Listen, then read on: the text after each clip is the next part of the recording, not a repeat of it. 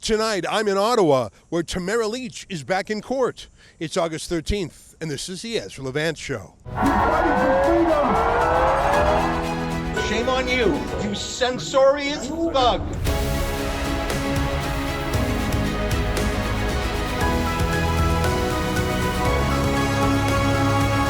Ezra Levant here in Ottawa. I have come to Ottawa with Sarah Stock, one of our young reporters, to cover the trial of Tamara Lich, which is absurd to say. It was 2.5 years ago she was arrested.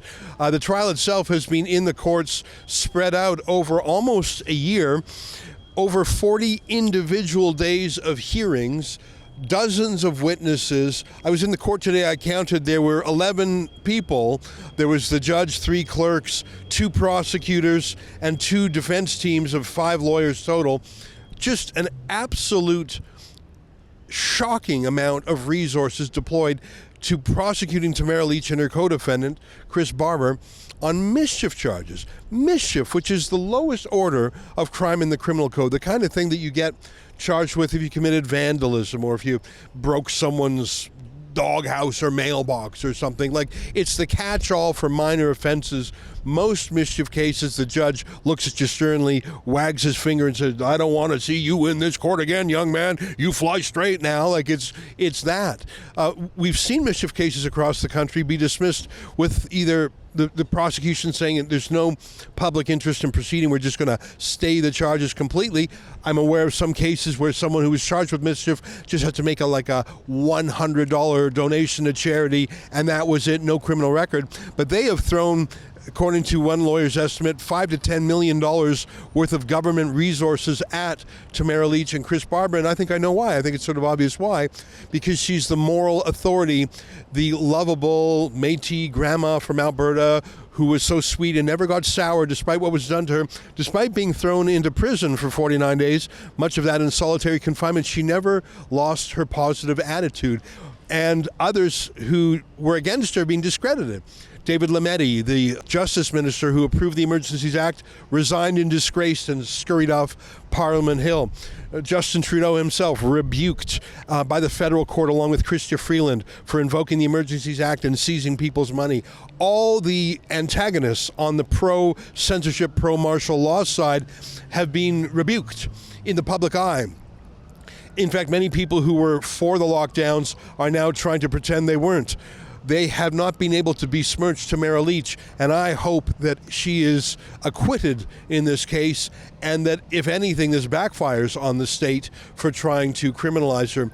What's interesting, and it just sort of really came clear to me today, is yes, Trudeau invoked martial law by imposing the Emergencies Act, and yes, the RCMP, and yes, Trudeau meddled with local police forces. But for the last 2.5 years, it has been the provincial government of Doug Ford, the so-called Conservative Premier, that has prosecuted and put so many resources into prosecuting Tamara Lich. You can't blame that on Justin Trudeau. We've been covering this trial since the very beginning. A variety of reporters for Rebel News, as well as a variety of lawyers for the Democracy Fund, because, of course, we have crowdfunded Tamara Lich's defense, which is very important. I find this an agonizing trial. There's no reason for the trial to be this long. Complicated murder trials or terrorism trials are not this long. I believe that it's a deliberate strategy by the prosecutors, who know that it's very likely that Tamara Lich will be acquitted, that they're going to turn the trial itself into a kind of prison sentence, a kind of punishment. So even if Tamara Lich is acquitted, they will have got their pound of flesh from her anyways. For example, it's not just when she was in jail, but she has been under all sorts of conditions. She's had to put aside her real life to make her way to Ottawa all the time to be stigmatized by a criminal charge. My point is, her life has been put on hold. Not just the risk of a conviction, but the waste of time. And luckily, we have Rebel News viewers to handle the costs of her legal defense, but of course she hasn't been able. How can you have a job when you're called to Ottawa for your trial, when there's negative publicity? It's just been a punishment of Tamara Lich precisely because she has embarrassed the regime.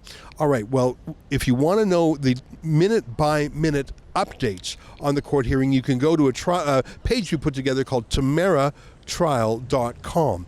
We'll have stories there. We've had them for the last 40 days. We'll continue to put all our news there. And I will have video updates during the breaks, and I'll come to you after for some thoughts with both Mark Joseph of the Democracy Fund and Sarah Stock from Rebel News.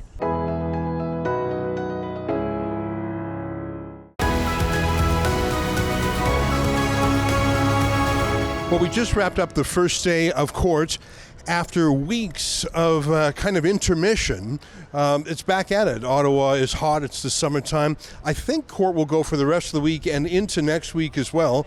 Joining me for her first time court reporting is our young reporter, Sarah Stock, who joins me now. Sarah, welcome to Ottawa and welcome to the Court Beat. Yeah, thank you. It's a lot more exciting than I expected it to be honest. What did you find exciting about it? I think just the judge and the prosecutor going back and forth. The judge was not taking anything from the prosecutor because they were reaching a lot of the time. There's a lot of mistakes in their work. They were missing details, getting information wrong, and the judge didn't let any of it slide. One of the crazy things about Ottawa is there's a lot of extremists and kooks, and there's actually a crazy lady behind us who's on a pro-Hamas shtick. She's actually been banned from using a kind of sound weapon that she has put up to people's ears before with a kind of eardrum breaking sound. Anyway, I think if we speak right into our microphone, we can talk over these pro-Hamas nut bars. Now, I have to go back to Toronto tonight, but I'm counting on you to continue doing the reporting here. And I think there's two ways to do that. One is a kind of stenography, like kind of court reporting that just every 5 minutes or so, try and describe, even in plain language, what was going on, who's on their feet, if you can read one of the slides on the wall, something like that. Especially when the judge pushes back. I think that's very interesting. The second is to kind of summarize things during the breaks in a video format. Now, there's going to be kooks around. That's just the nature. But I think that sort of tells a story. You have insane, provocative harassers, but because they're pro-Gaza, the police don't care.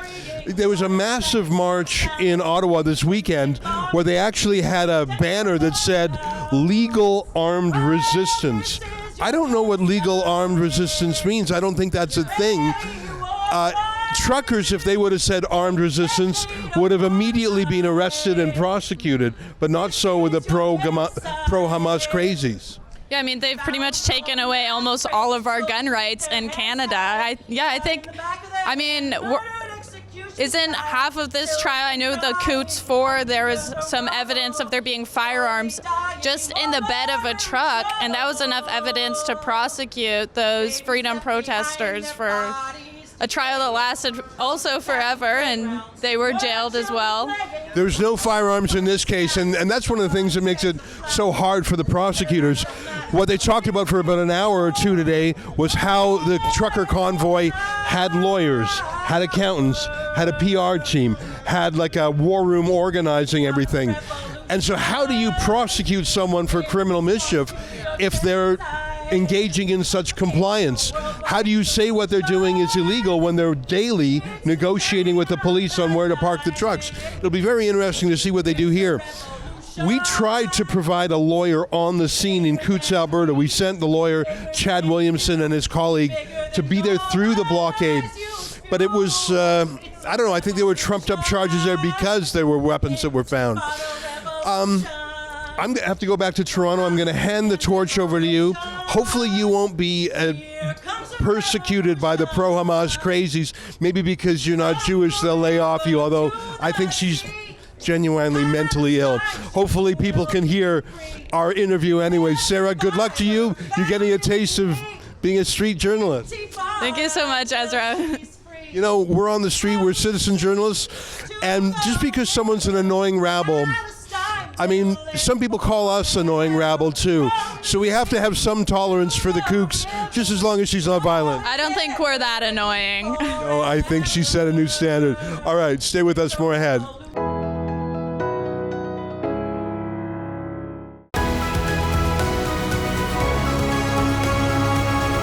Well, Rebel News is deeply intertwined with Tamara Lich. We published her best-selling biography, Hold the Line.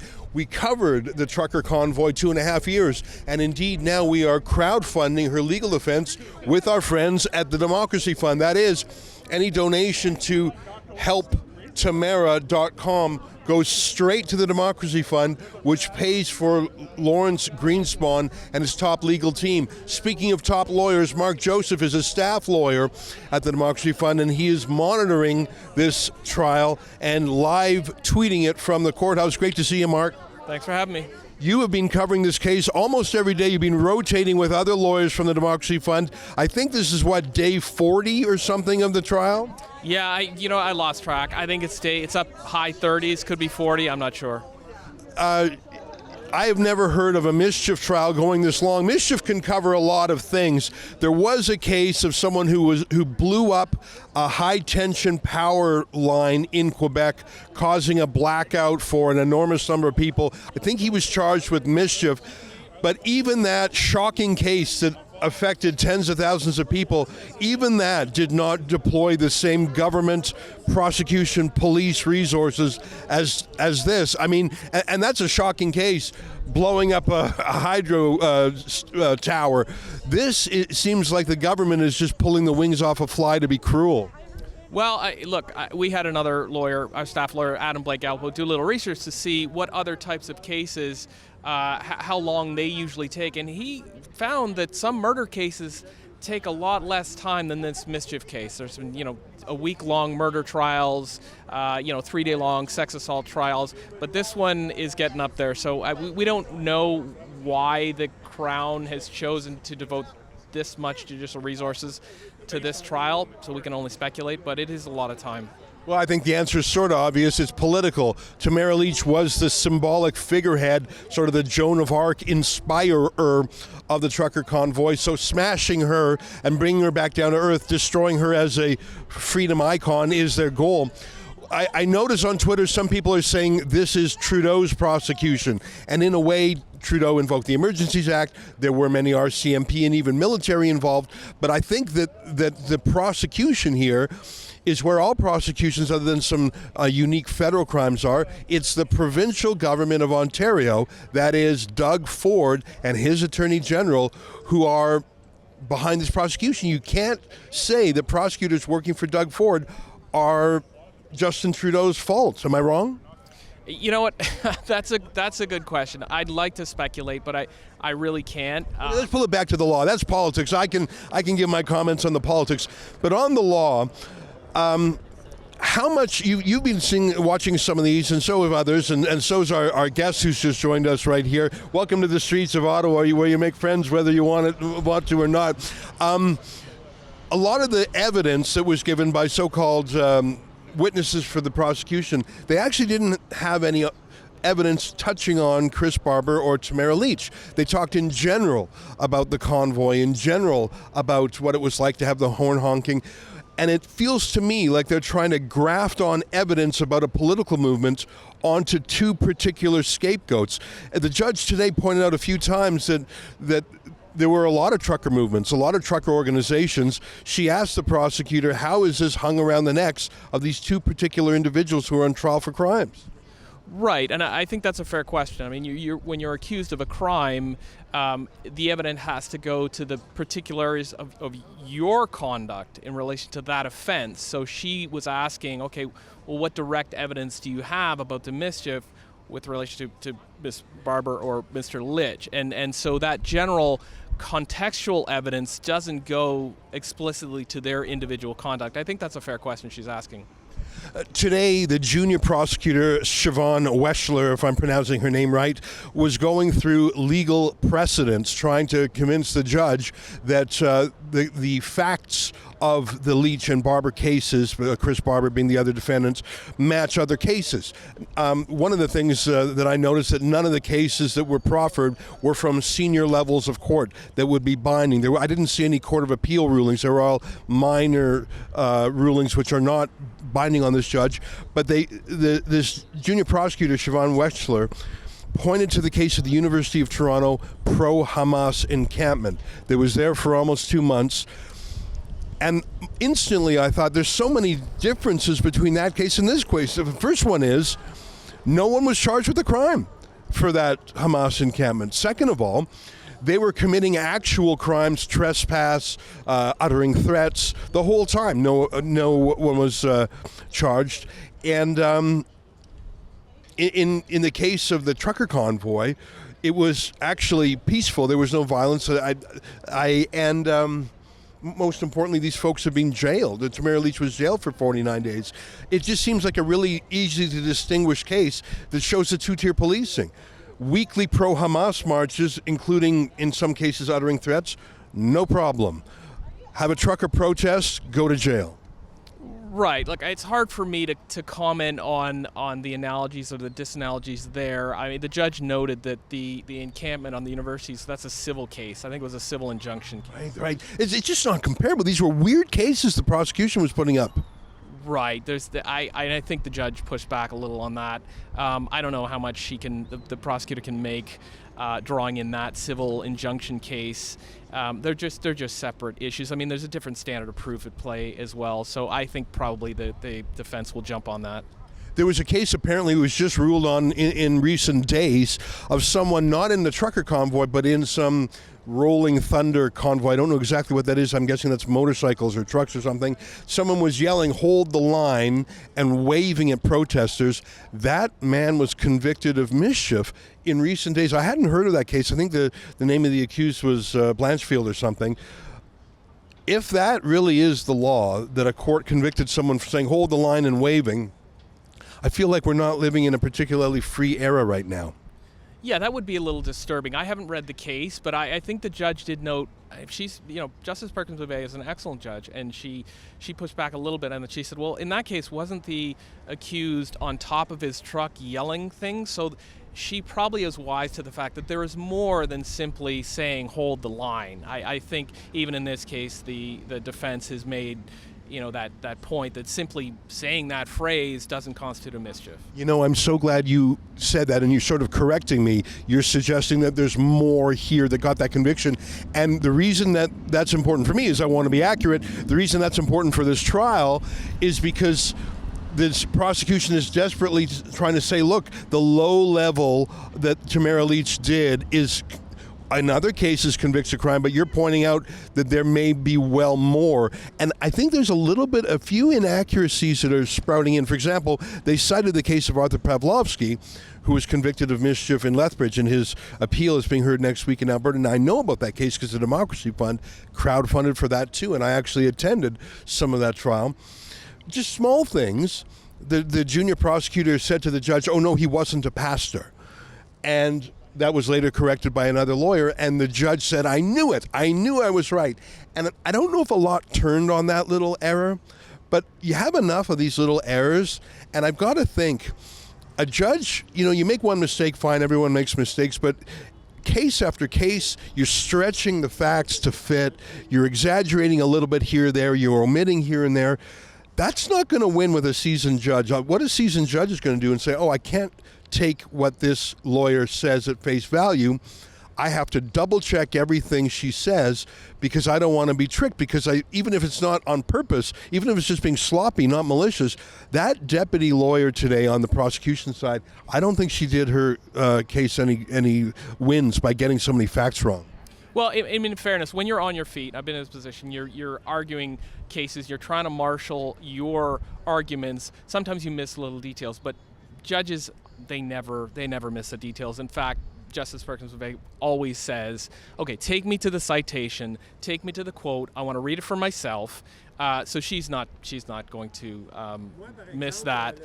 And I think as well that the defense will make a point of that when they stand up, because they're sharp. They're going to say, well, that case referred to does not sit on all fours with our case. So they're going to distinguish it. That's elementary legal stuff. They're not going to miss that. I want to remind our viewers that I don't know if you know this, Mark, but this judge, Justice Perkins McVeigh is her name. She was appointed about 15 years ago, so it's a fairly seasoned judge. I'd say she's in her prime. She's not so old that maybe she's having Joe Biden moments. She's not so young that she's still learning. I'd say Justice Perkins McVeigh is in the apogee of her career. And it was a few years ago, she was the judge in a case of prosecuting Vice Admiral Mark Norman, which was such a political case. There was so much prosecutorial misconduct. They didn't disclose things to Vice Admiral Mark Norman until way into the middle of the trial, and it was not called a mistrial, but it was just a summary acquittal. It was a shocking case of prosecutorial abuse. In fact, I think the government paid all of Mark Norman's legal bills as some sort of compensation for their false accusations. What's my point? Justice Perkins McVeigh was the judge in that case. So she is alert and alive to the fact that every now and again, just like anyone can lie, well, a prosecutor can lie or forget to disclose a key piece of evidence. I think this is the best judge that Tamara Lich could have asked for, because she knows all about legal shenanigans. Well, look, I've been impressed with her. We've been in front of her before. She doesn't miss anything. She pushes back when she needs to. She's very diplomatic about things. It's hard to read her mind, but she's been excellent so far. So I agree. I think Tamara Lich and Chris Barber have an excellent judge. So we're just starting the week. It's Tuesday. This is going to go a few more days this week. Basically, the Crown prosecutor closes their case. Then you have the two different defense parties. You have Tamara Lich and Chris Barber. Some days are set aside next week in case more time is needed for reply or whatnot. But all the lawyers submitted big, thick, written arguments, more than 100 pages each, and the judge really said, I just want you in your spoken remarks just to amplify things. Don't read it to me, I'll read it myself. I think this judge realizes things have gone on long enough. She doesn't need them reading things to her that she could read on her own. Do you think things will wrap up this week? Who knows, eh? Yeah, hard to say. I've been wrong about how long this trial will take before. I anticipate it'll probably go longer, but the lawyers seem optimistic they can wrap this up in time. You heard that they gave away some dates in September, so maybe, we're optimistic that it'll wrap up soon. Well, listen, thanks for, first of all, I follow your live tweeting, and I retweet everything you're live tweeting because I know it's smart, because you're a practicing lawyer, you're with the Democracy Fund, and you have been following a lot of these mischief cases and other COVID cases, well, for years. You were actually on the ground in Ottawa with our other counsel, Adam Blake Gallipo, going from truck to truck, handing out information to the truckers. So the Democracy Fund has been there. We're defending Arthur Pavlovsky. We defended, I think, 55 truckers. When I say we, Rebel News encourages our viewers to crowdfund, but the dough goes to the Democracy Fund and to lawyers, including Lawrence Greenspan and his team. I've gotten to know Lawrence a little bit over the last year. I think he's really sharp. Yeah, he's one of the best criminal lawyers in Canada. I think that no one disputes that. So he's doing an excellent job, and when he speaks, people listen. Him and his team, they don't miss much. You can see them taking copious notes. They always stand up and object when they need to, and they've done a great job. So I remain optimistic that there'll be a positive outcome. It's funny when you say when they speak, people listen. Even journalists who I would say are skeptical or hostile. From time to time, Lawrence Greenspan comes out, and right over here he does sort of a quick scrum. And you can see that even the state broadcaster, the CBC, which obviously has strong opinions against the truckers, even the CBC deals with Lawrence Greenspan with, I'm not going to say with reverence, but with respect. They know they're talking to a straight shooter. They know he's not a partisan. He's just a pure lawyer's lawyer. I like listening to Lawrence Greenspan, but even more, I like watching the CBC and CTV listen to Lawrence Greenspan. That's how good a lawyer he is. Yeah, I mean, we've seen it throughout the trial that he stands up and speaks when he needs to speak. Otherwise, he's sitting down, letting the Crown do their thing. He doesn't make a misstep.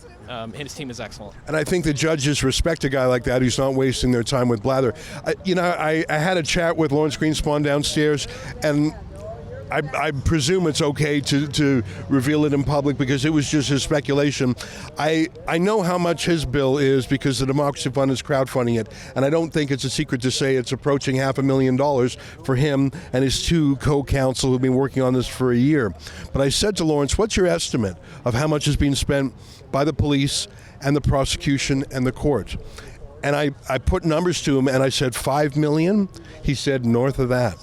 So I think he's right. When you think about not just the two prosecutors, but the first team of prosecutors that was removed because they were out of control, the judge, the clerks, all the witnesses, the prep time with all the witnesses. You know, the 40 days of hearings is just the iceberg on top of the water, 7/8 of which was preparation in advance. And 40 days of court hearings where you could have had rape trials and murder trials and real trials, all of that pushed aside, and I say again, it's Doug Ford on the hook even more than Justin Trudeau. Lawrence Greenspan estimated, if I'm repeating what he said to me accurately enough, between $5 and $10 million to go after a Métis grandma who said, hold the line. And that's the David and Goliath situation, which is why we need our crowdfunding. There's no way a normal person could take on that kind of a machine. No, absolutely not. And she's got the best legal representation she could have, but it costs money. I mean, that, in fairness to Lawrence, he could be doing other things. Yeah. So we've got to come up with that funding. Our donors have been excellent so far, but people got to kick in if they want to see vindication here. Yeah, I wish everyone could be in the courtroom. First of all, just to watch Lawrence in action, but second of all, to see how crazy some of the arguments made by the prosecution is too. I don't think they brought their A game. Obviously, I'm biased. If folks want to help, the Democracy Fund issues a charitable tax receipt, and the funds go to pay the legal bills. HelpTamara.com. And we have tried to help her journalistically. Rebel News has published her autobiography, which if you haven't read it yet, it's a great book. It really is. I thought I knew Tamara Lich. I mean, I've met her a dozen times. I didn't know half the things in that book. I really recommend it. Hey, Mark, thanks for talking with us on this sunny day. And there's some colorful characters around here. Welcome to downtown Ottawa. I mean, that's just what life on the street is. And by the way, we do believe in freedom of speech. Yeah, hey, look, it's never boring, and that's what's involved when you're in public speaking. Everyone gets their say, even the crazies.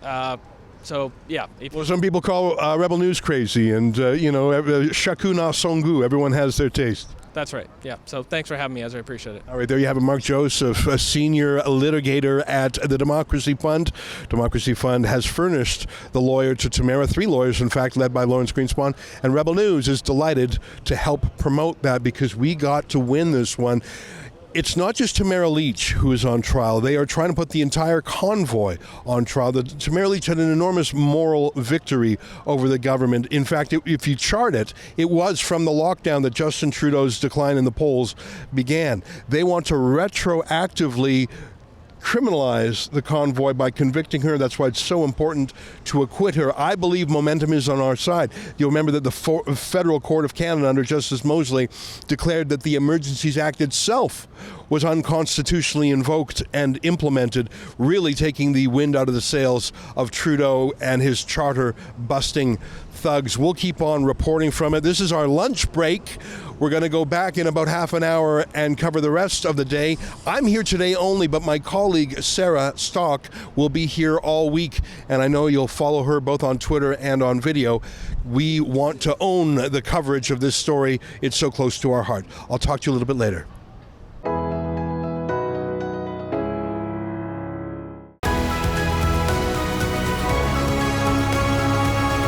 You know, I was here in Ottawa for a few days at the beginning of the trucker convoy.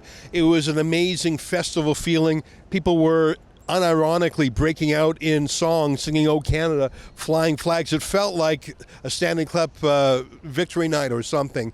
This square where I'm standing here was part of the action too. Behind me, the National War Memorial, where many of the truckers took it upon themselves to keep that clear of snow. It was extremely cold and snowy, and the truckers, being working people who like to be productive and useful, took it upon themselves to beautify this city. They shoveled and swept the snow. They cleaned up the garbage. And police reported that crime in the downtown area actually fell during the trucker convoy. It's an interesting place to have a protest. That building over there, the former train station, which became a conference hall, is the temporary parliament, while the main parliament building undergoes $1 billion worth of renovations. All around me are corridors of power. You have all sorts of lobbyists and others with lots of government contracts around here. The National Arts Center, this really is the center of the capital, and this is one of the places where the truckers would congregate. It was an amazing time, and I think it was the greatest peaceful protest involving politics in Canadian history. Not only was it totally peaceful, not a single violent act committed by any trucker. In fact, violence was committed against the truckers by the police, including against our own Alexa Lavoie, as you know. But it changed things. The copycat protests in Coutts, Alberta, soon caused the provincial government out there to abolish its mandates and move away from the COVID lockdown insanity. And soon, around the world, other countries started following the Canadian example. We've heard people from as far away as the Netherlands, Israel, and Australia say they were inspired by the Canadian truckers. There was even a modest American trucker convoy that we sent a reporter on. The Canadian truckers inspired the world because I think people inherently trust truckers. Truckers are independent. Everyone knows they work hard, long hours. And when you're in that cab, I can imagine you have a lot of time to think about things. Maybe you listen to talk radio or listen to the news or you call in. And those individual battalions for freedom is what freed our country. It was no political party that freed us. It was no media company. It was no part of the establishment. It was ordinary Canadian truckers who saved us. And I think that was a magical moment. I'm delighted that we had a role in it, both being journalists to document the truckers and crowdfunders to help defend the truckers. And that's what we're doing here. Well, that's our show for today. Until tomorrow, on behalf of all of us here in the nation's capital, to you at home, good night, and keep fighting for freedom.